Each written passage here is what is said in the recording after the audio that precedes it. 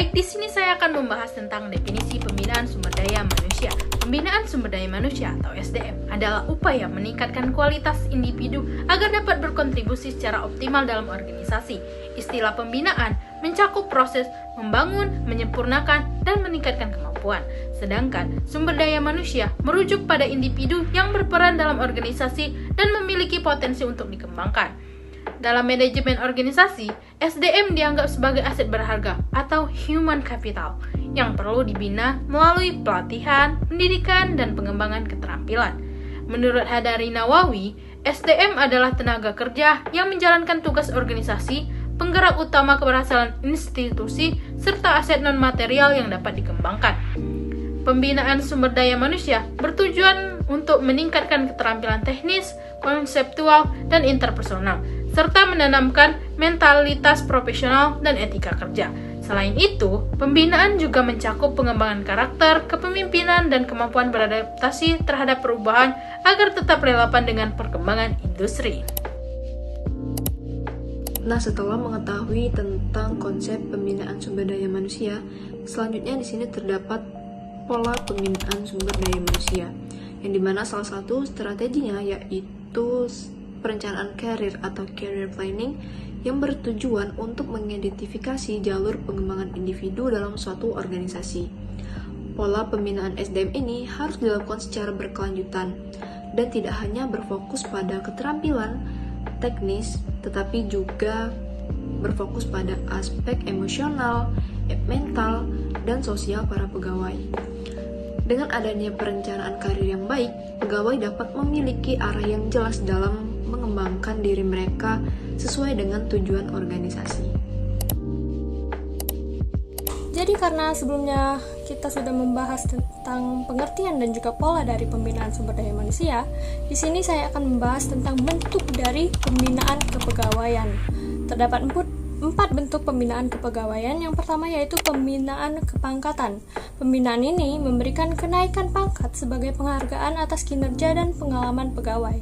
Pembinaan ini juga dilakukan melalui kinerja, ujian kepangkatan, dan pemenuhan syarat administratif. Yang kedua yaitu pembinaan jabatan. Pembinaan ini bertujuan untuk mengembangkan kemampuan pegawai dalam menempati posisi tertentu. Penilaian ini dilakukan melalui rotasi, promosi, dan mutasi untuk memperluas pengalaman dan meningkatkan keterampilan kepemimpinan. Yang ketiga yaitu pembinaan pendidikan dan pelatihan. Pembinaan ini membantu meningkatkan keterampilan dan pengetahuan pegawai melalui pelatihan teknis, seminar, workshop, atau pendidikan formal. Yang terakhir yaitu pembinaan disiplin. Pembinaan ini menanamkan kepatuhan terhadap aturan dan norma organisasi.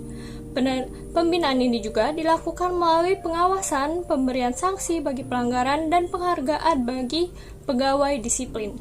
Itu saja yang dapat saya sampaikan, dan materi selanjutnya akan dilanjutkan oleh rekan saya. Terima kasih. Untuk meningkatkan keterampilan pegawai, organisasi menggunakan berbagai metode pelatihan yang efektif.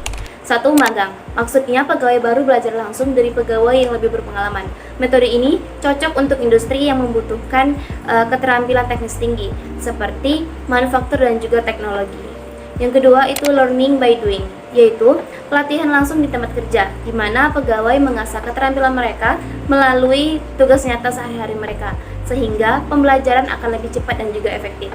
Ketiga, vestibule training, yakni pelatihan dalam lingkungan simulasi yang menyerupai tempat kerja asli. Nah, metode ini digunakan untuk mengajarkan keterampilan baru seperti pengoperasian mesin atau penggunaan perangkat lunak, yang mana ini tanpa mengganggu pekerjaan utama mereka. Yang keempat itu coaching dan mentoring, yaitu bimbingan langsung dari mentor atau pelatihan yang lebih berpengalaman.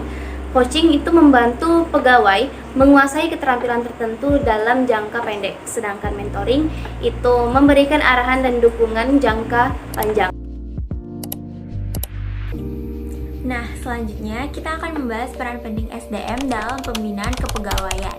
Yuk simak sampai selesai. Jadi yang pertama ada persiapan dan seleksi tenaga kerja.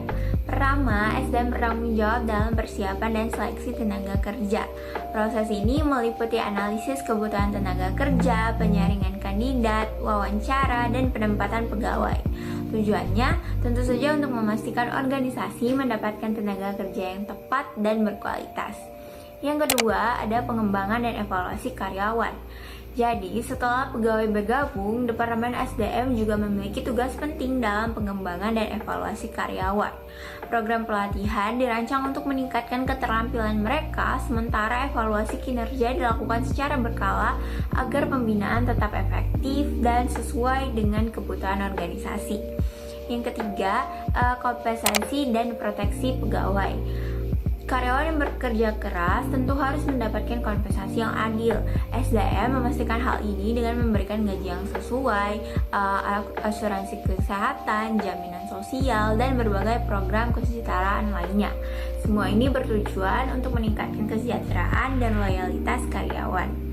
Yang terakhir, ada membangun budaya kerja yang positif. Jadi terakhir, SDM berperan dalam menciptakan budaya kerja yang positif. Karena dengan kebijakan yang mendorong komunikasi yang baik, kerja sama tim, dan penguatan nilai-nilai organisasi, karyawan cenderung akan merasa lebih termotivasi dan terlibat dalam pekerjaannya. Itulah peran penting Departemen SDM dalam pembinaan kepegawaian. Dengan manajemen SDM yang baik, organisasi bisa lebih produktif dan berkembang dengan lebih pesat.